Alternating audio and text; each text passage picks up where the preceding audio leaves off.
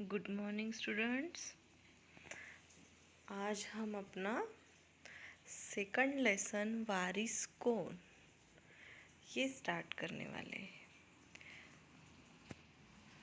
हम लोगों ने बहुत सारी कहानियाँ सुनी है, राजा रानी कैसे अपने राजमहल में रहते थे, किस तरह वो खुद की जगह अपने बेटे बेटियों को देते थे, किस तरह उनकी परीक्षाएं लेते थे। इस जैसी बहुत सारी हम लोगों ने कहानियाँ सुनी हैं। उसी तरह ये भी एक वारिस कौन एक कहानी ही है जो एक संवादात्मक कहानी है। एक राजा अपने बेटियों से, अपनी चारों बेटियों से किस तरह से संवाद करता है, किस तरह से बातें करता है, किस तरह से वो अपना वारिस चुनता है, ये सब हमें इस पाठ में पढ़ना है।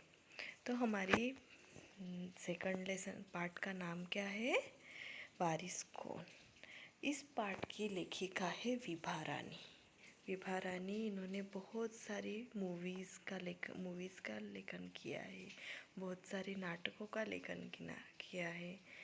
विभा रानी का जन्म 1959 में मधुबनी बिहार में हुआ था।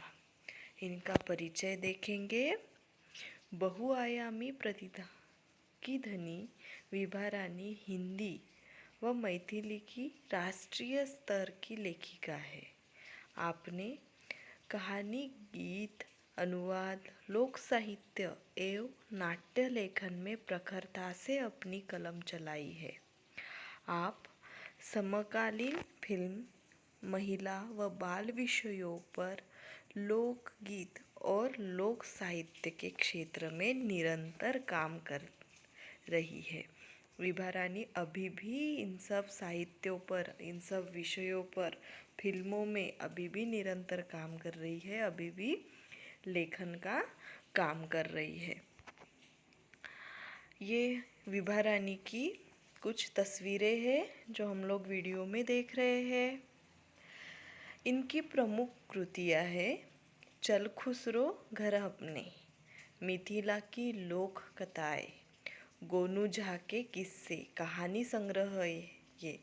अगले जन्म मोहे बिटिया न कीजो एक नाटक था जो हम लोगों ने टीवी पर भी एक सीरियल देखी थी, अगले जन्म मोहे बिटिया न कीजो, वो विभा रानी का ही था। समरथ द्विभाषी अंग्रेजी का अनुवाद है। बिल टेलर की डायरी आदि, ये सब इनकी प्रमुख कृतियाँ हैं जो बहुत ज़्यादा फेमस है। विभा रानी को बहुत से पुरस्कारों से नवाजा गया है। उनके लेखन कार्यों को बहुत सारे पुरस्कार मिले हैं। तो चलिए अब गद्य संबंधी पढ़ते हैं कि इस संवादात्मक कहानी में हमें क्या पढ़ना है, इससे क्या समझना है, ये देखते हैं। प्रस्तुत संवादात्मक कहानी के माध्यम से विभा रानी जी का कहना है कि हम उन्हें उत्तम फल प्राप्त करने के लिए समय और साधनों का सदुपयोग करना चाहिए। जो जैसा करता है वही जीवन में सफल होता है। जो ऐसा करता है वही जीवन में क्या होता है? सफल होता है।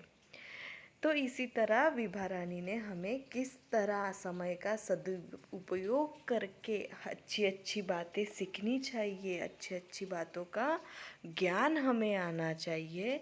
इसलिए इस पाठ से हमें विभा रानी क्या कर रही है? संबोधित कर रही है। तो ये हमने लेखिका का परिचय और उनकी कृतियाँ और गद्य संबंधी पढ़ा।